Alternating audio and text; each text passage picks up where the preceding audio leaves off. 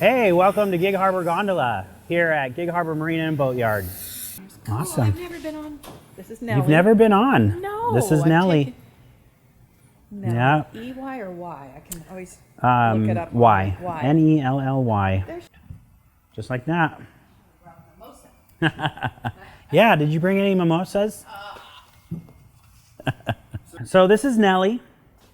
She is a gondola made by Roberto de Rossi. That's a gondola maker there in Venice. Built about mid-80s, and she's 36 feet long, about 1,000 to 1,500 pounds. And she got her name Nellie from the original gondolier. His mom, was named Nellie, and so it was kind of in tribute to her. And then his father was the wood carver, and so all the carvings that you're going to see on the gondola here in the bow and the stern back there, his father did all those. And he had her up until about 2008, and that's when a couple of my friends went out there and bought her, had her shipped out to Southern California. And then I bought her in September 2015, put her on a big trailer and drove her up here. Been doing rides on the harbor ever since. Well, how about you hop on? Let's go take a cruise of the harbor. Make sure we've got the weight right for him. He'll let us know. Okay. Where to shift? Yeah, gondolas, since the about 1800s, they have a natural lean to starboard, and that's even with nobody on it. And that's because when a gondolier steps on, he'll step onto an even boat. Kind of helps with the rowing on one side too. And what's really interesting about the new boat coming, Tommaso Sebastiano, the family that made that, the Tramontine family, they're the ones that developed the curve in the boat. So we get to have a little part of history there. Two names. It's the two sons of the gondolier that originally owned it. It's about a 20-year-old boat. 2011, my wife and I moved up to Washington from Long Beach, California. And in Edmonds, we searched for the place that we wanted to raise our daughter. We were looking for a place with good schools. And in the back of my mind, I was looking for a place that I could one day put a gondola. And I found Gig Harbor on Google Maps. Thank you, Google Maps. And I saw that there's this little body of water that looked like it could be protected from the sound. And so we came down and just hung out. And while my wife and daughter kind of hung out downtown, I would sit out over on Maritime Pier and just watch the water, study the traffic. And I got to chat with some people and ask them questions, and found out Gig Harbor had a rich history. And so I figured this might be the place for the gondola. So we moved here in May of 2015, and then by September, I had Nellie. Everything started falling into place. It was a little eerie, but I'm very happy where I'm at right now. Nellie, she is one of just under 30 authentic Venetian gondolas in America. And the only one in the Pacific Northwest. Third one in history, I believe, though. First one was on Lake Oswego. I think it was either the 30s or the 50s, and in Oregon. And the story I heard there was a gentleman was in Venice, saw the gondolas and said, "Oh, I think my kids would like to play with one of those."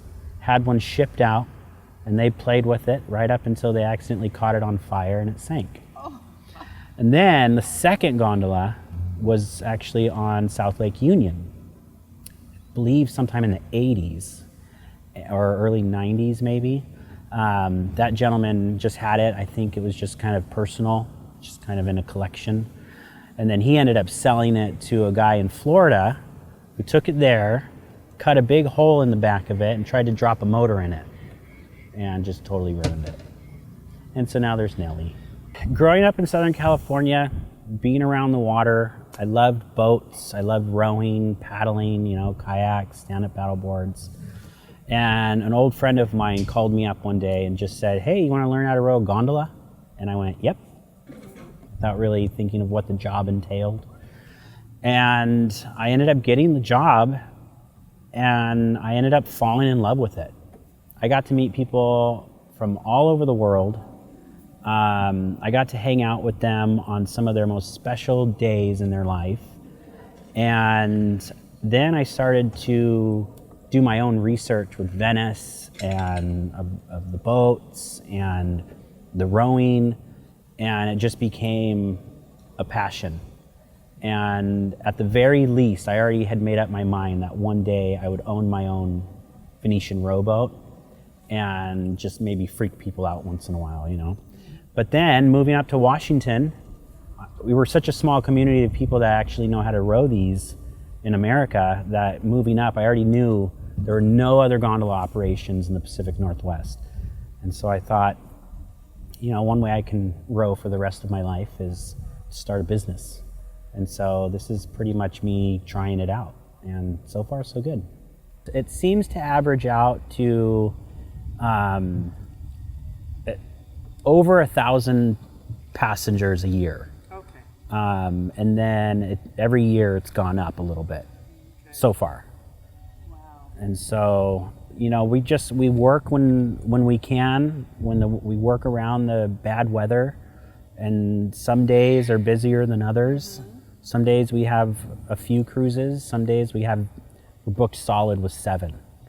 And then it just kind of depends on when we want to go.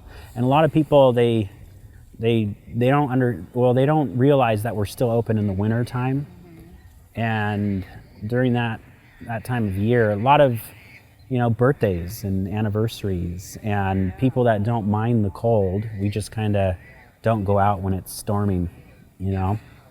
And yeah. Do you ever leave the harbor? Do you ever go up past? We stay here in the harbor where it's nice and safe, you know. We could eventually, a gondola can actually hold 4 people rowing at the same time.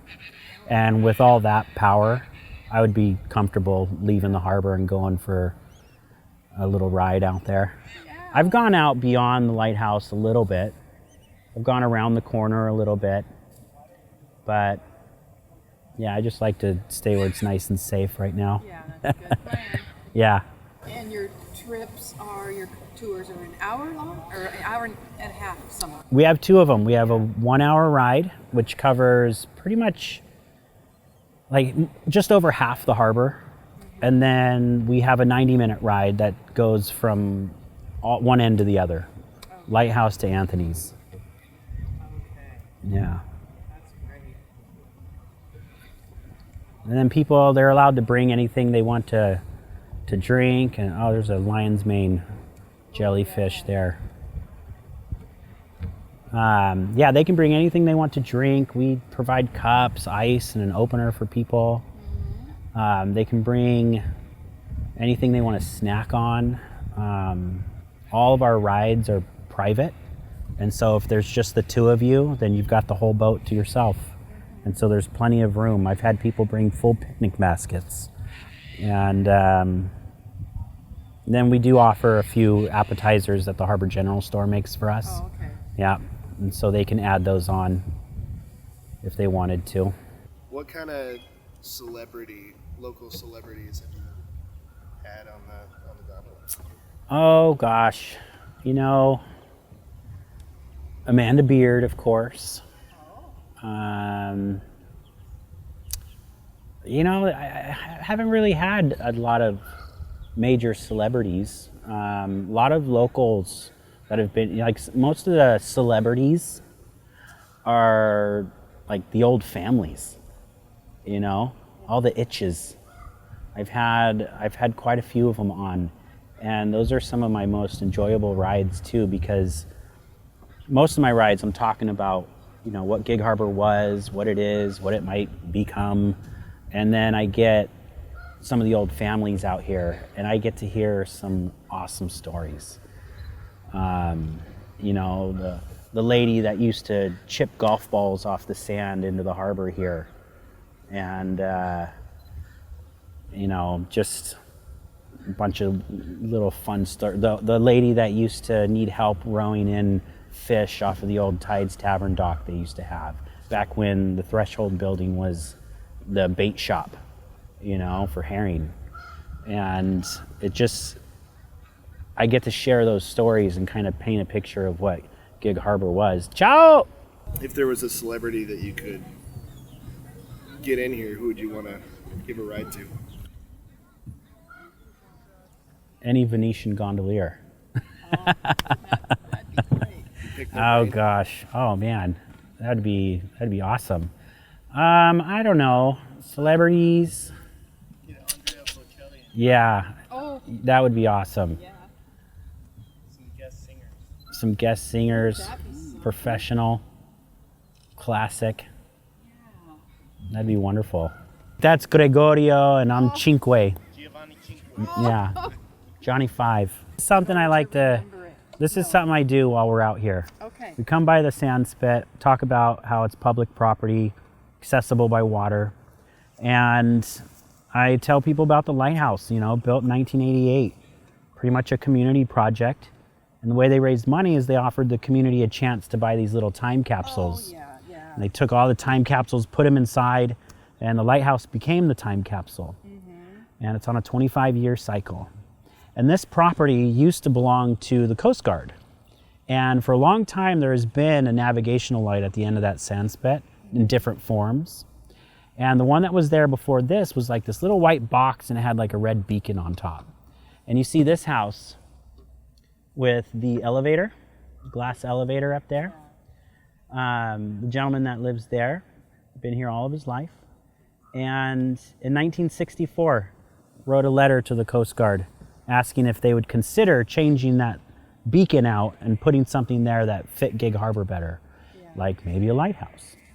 And they responded to him 20 years later.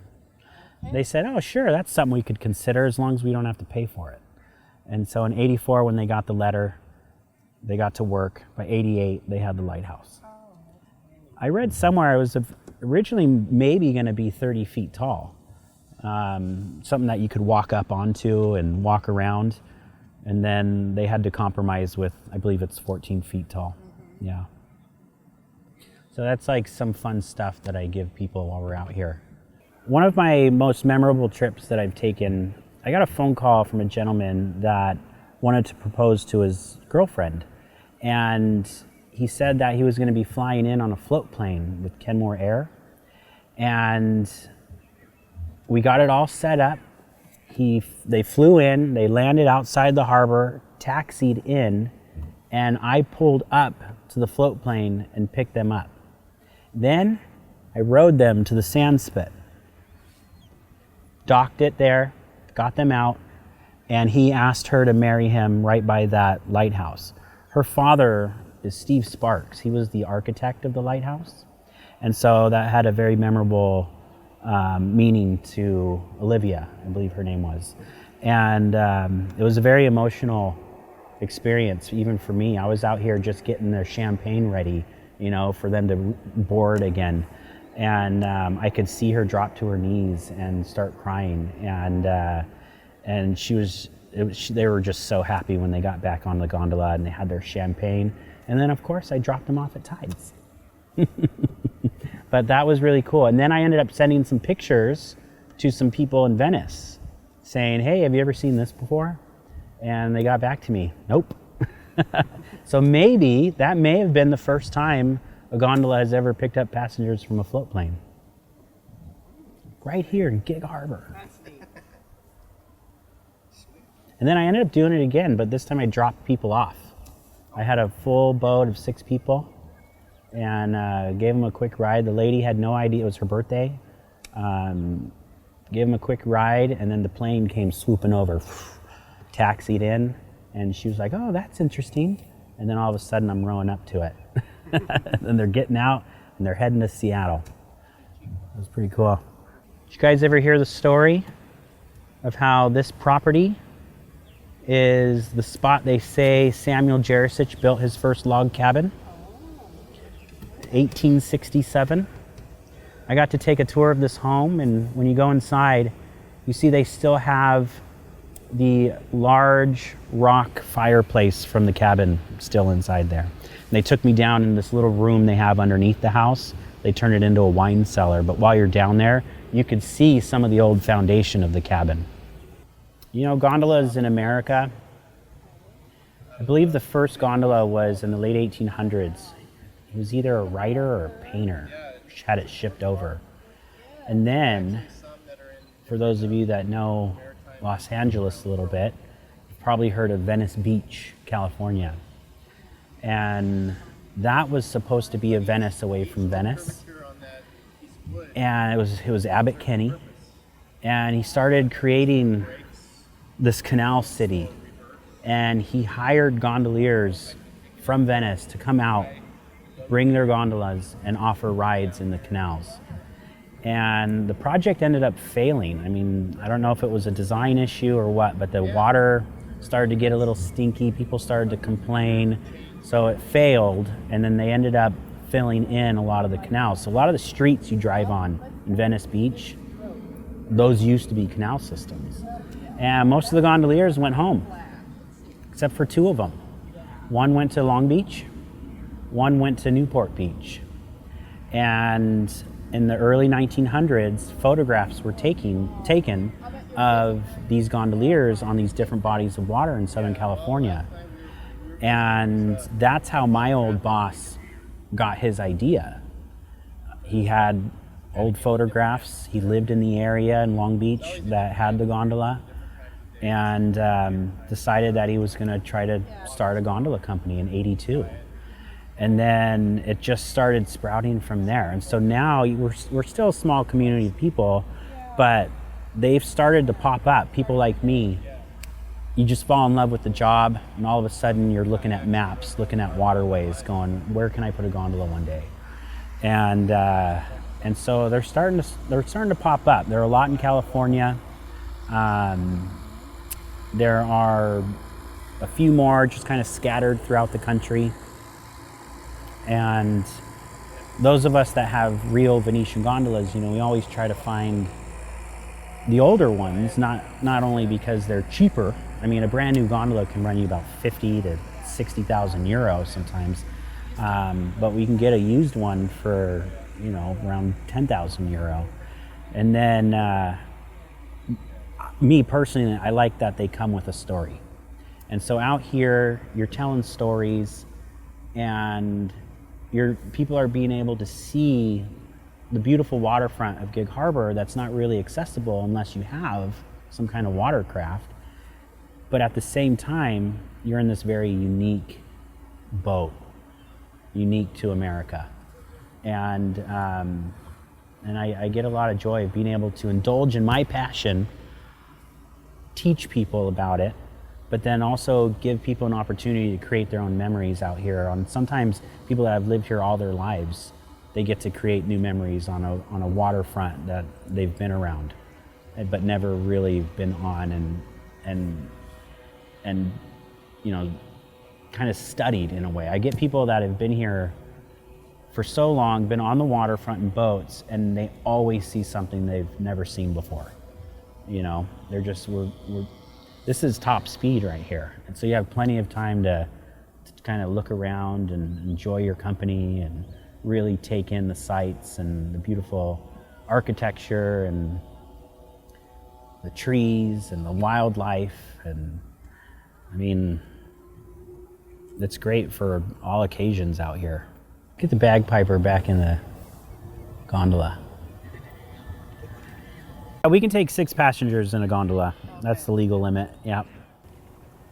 So you might buy it. I have to go to Venice. That's right. It's a long trip. Thank you. Her name's Nellie. Sweet. Yeah, you just come over and then I'll climb back there. Stay here? Yeah, you can stay right there. Or and if you want to scoot over really quick, It's easier for and then he can just step over the. Okay.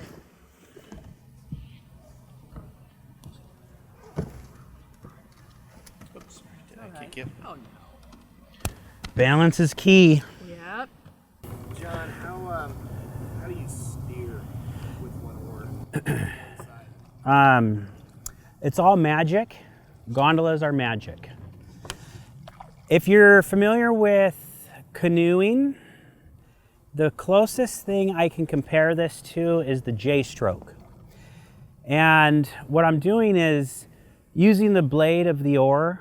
With every stroke, I'm controlling the boat. So front stroke makes the bow go left.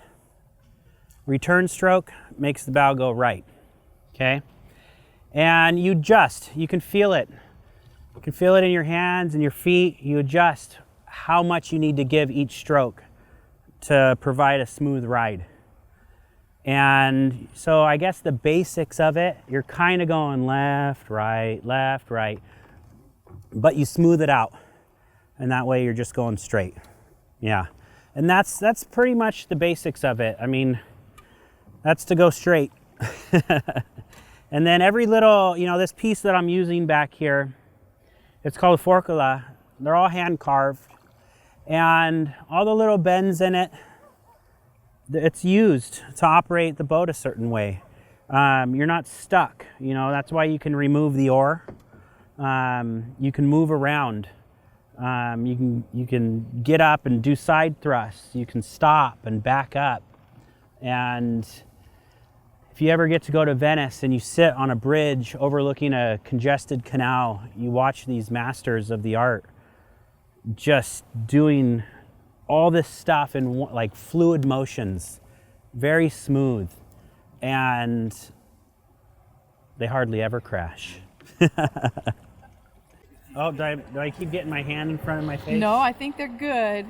I was just looking for the best kind of arm position or something. Or when you lean. You want me to pose for you? Or when you lean forward. Yeah, you're closer. That's good. And sorry about all the flash. Go right. What's the best? That. No, this is good. I think they're good. My name is Greg Garidi. I just arrived here from Southern California, where I used to row with John way back in the day. He actually taught me how to row. I moved here a month ago, and it's like I've been here my whole life. I love it. I love it every minute. Being on the water, the beautiful surroundings, the nice people. Everybody's happy to be out here. Everybody on their boats around us is so nice and welcoming. And it's just a pretty special place to be. I was a teacher before this, so the contrast is pretty stark. It's to be in a classroom, and I love teaching and I love being around the kids and the energy and stuff, but it's a lot less rules. I'm my own boss out here. The air is clean. There's nothing but nature around you, so you don't feel that same, the confines of that, my former job, I guess you'd say. As far as growing the business, it's a tough line to hoe there. There's, you don't want to get too big. You don't want to ruin what John has out here, which is just a very intimate and small business-minded operation.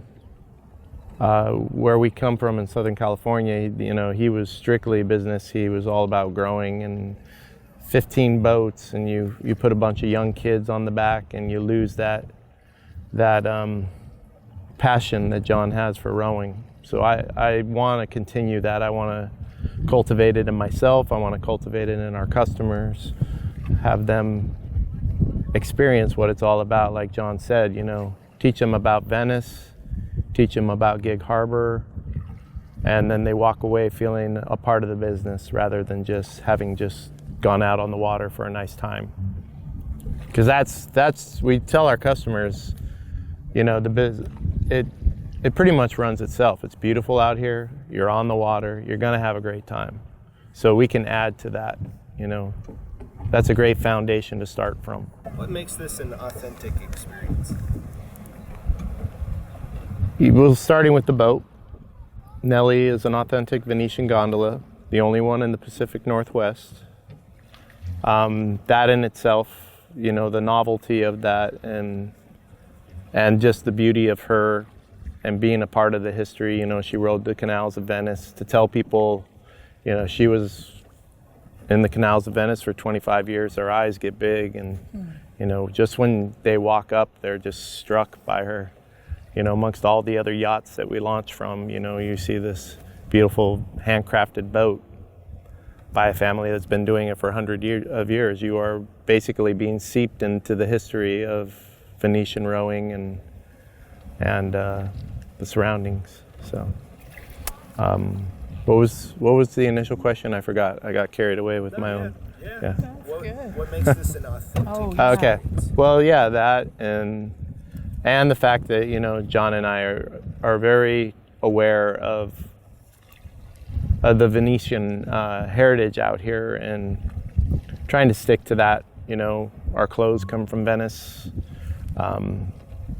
The rowing style comes from Venice. The boat. You know, we don't want to miss anything. We don't want to make it unauthentic in any way.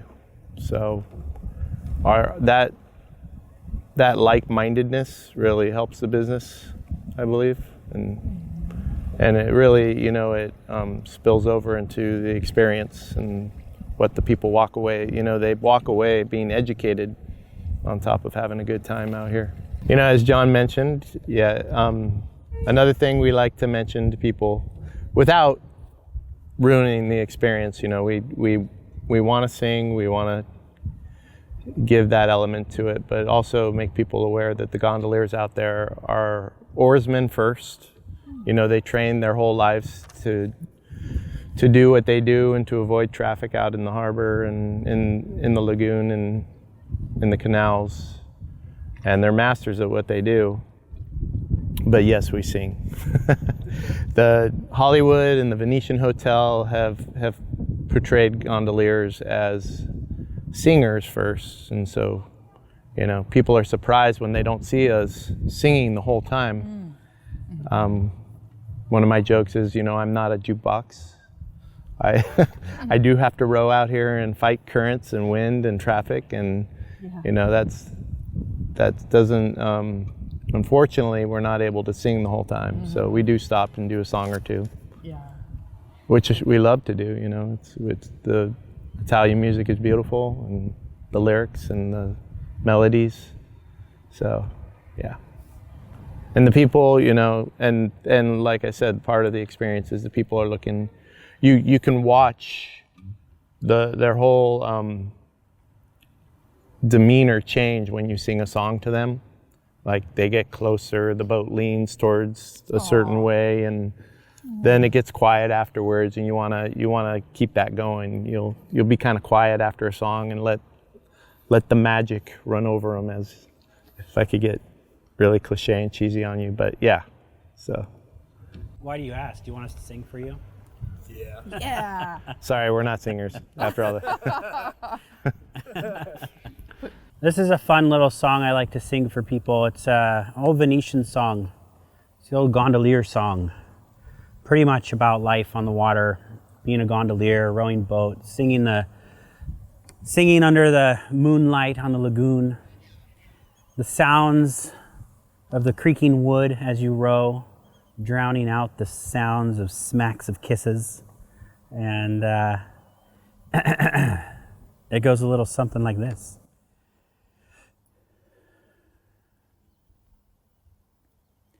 Note de luna, note piena de stelle.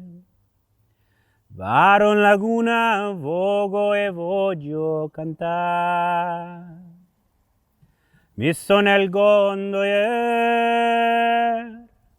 che a un gondolata in inoia. Se il remon forcula si goia. Coverse il sciocco de basi. Mi sono nel gondolier, che ancora in mar vedondoia. No stai a curarvi de mi fasso andar la gondola. Pope, Oi, pope, oi, gondola, gondola, ue. Pope, oi, pope, oi. gondola, gondola, ue. El vento pasa, el sol ya spunta el levante. Torno che vano vogo e voglio cantare. Mi sono al gondolier che un gondola tenino ya. Se il remon forcula si goia, coverse il sciocco de basi. Mi sono al gondolier che ancora in mar vedondoia. No stai a curarve de mi fa sondar la gondola. Pope, Oi, pope, oi, gondola, gondola, we. Pope, oi, pope, oi. gondola, gondola, we. Ah, grazie a tutti, grazie mille. Oh, that was beautiful.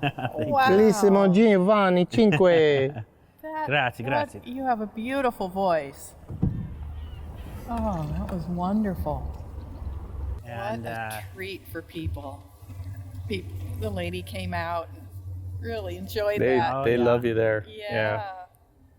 Oh, see, that's the cool thing. yeah. Your voice just It's resonates just, you're across going the around the water. harbor, and then people come out of their homes and Yeah. they start waving. And I've had situations where people come out and they start singing to me. And it's like, oh, bravo, bravo. That's nice. You know?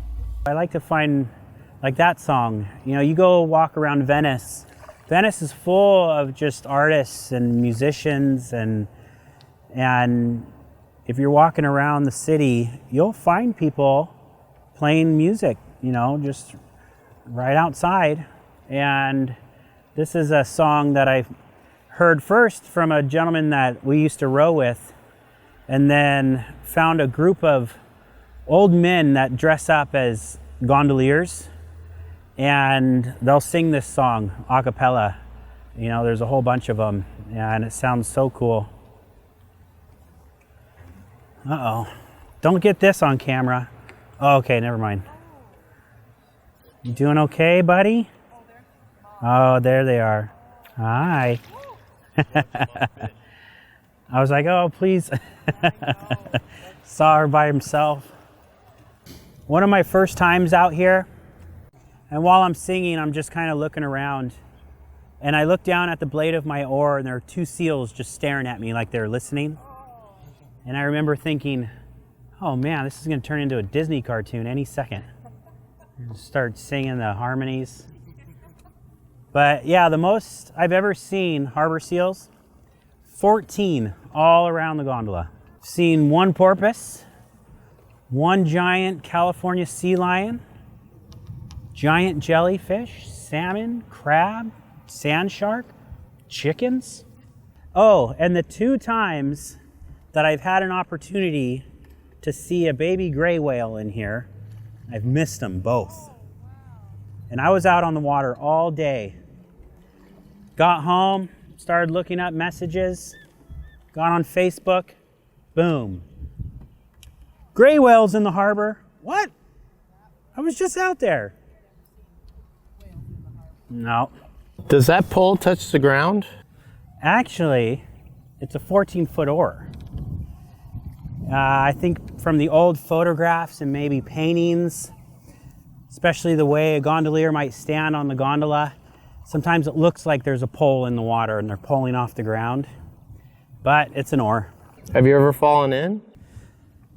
When I first got started, I was told there were 2 different kinds of gondoliers. The kind that have fallen in and the kind that haven't fallen in yet. I have a great streak of over 17 years of not falling in, so I'd like to keep it that way. I've fallen in twice. Greg? 2 times. Thanks for reminding me. I just wanted to get it over with. I didn't want to have a streak that I worried about. Right. That's pressure. Takes the pressure off. Yeah. One was just on the dock, and I just, you know, back where we were at, it was kind of a frat boy culture. There was a lot of drinking going on, and So one night I was just putting my boat away and I just kept walking, forgot that the dock ended at a certain point and just walked right into the water just like I was another step. Kind of like the cartoons where they're still walking in the air. That's what it felt like.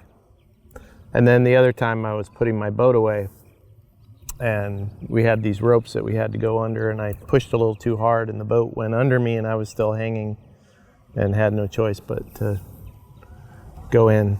So, and I lost a phone each time. That was no fun. Shoot. Yeah.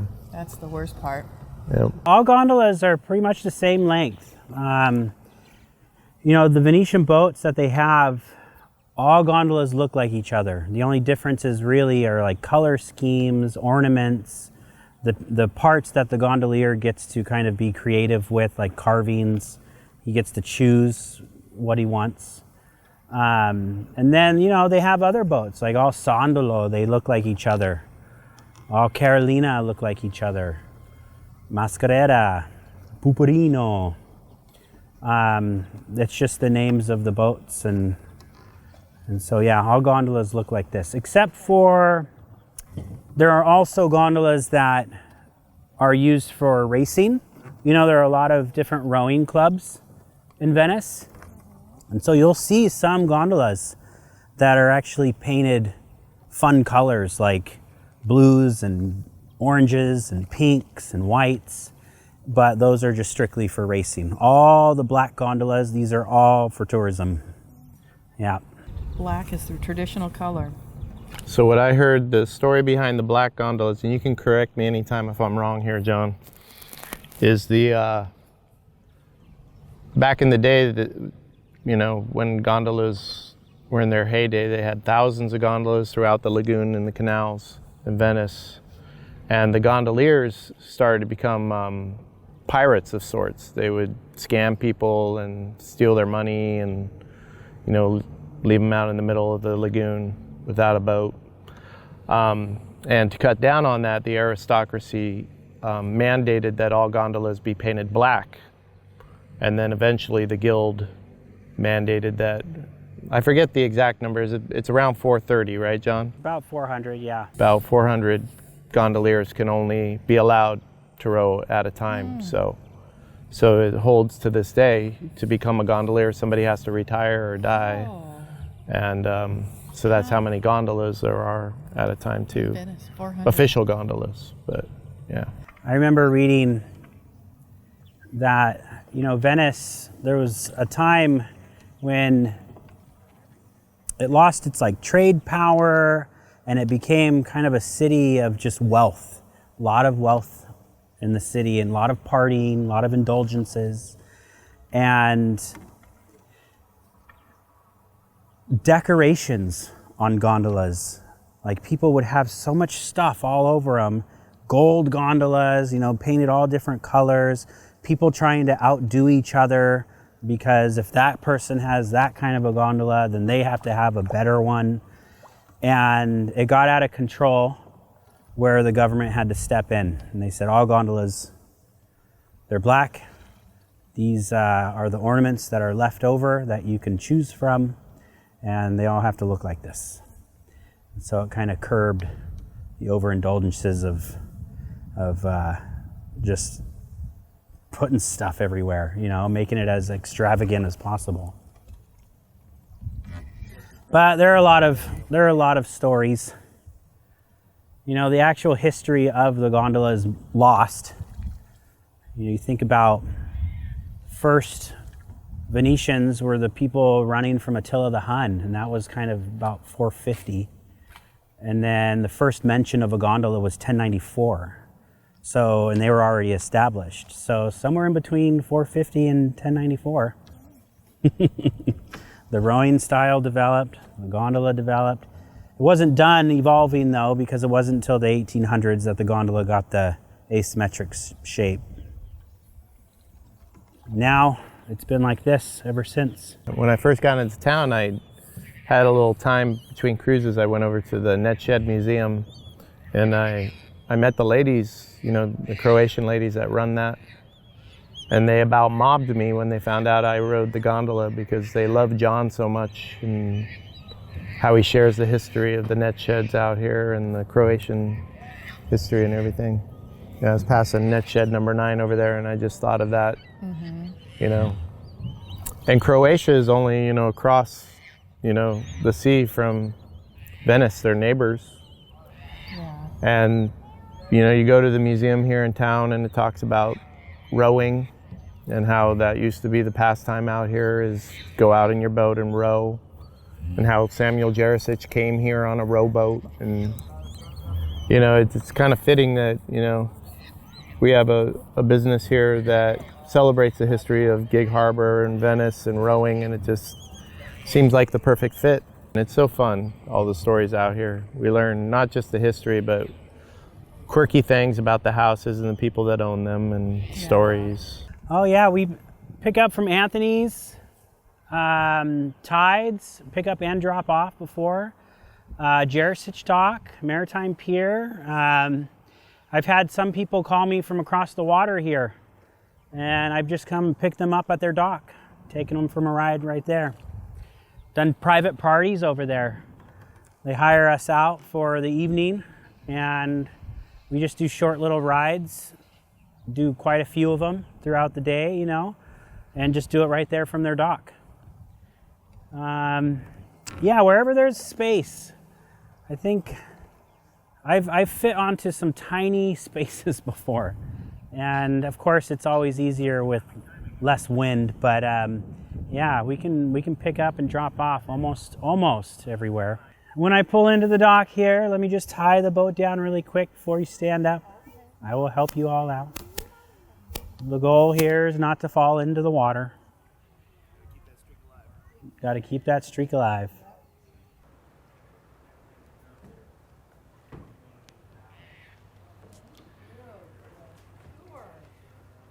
Gig Harbor Gondola, you can give us a call at 253-432-0052. You can email us at gigharborgondola@gmail.com. And you can reach us on Instagram, Gig Harbor Gondola, and Facebook, Gig Harbor Gondola. Or if you see us walking up the street, go ahead and stop us and say, hey, what are you doing on Wednesday? Ciao.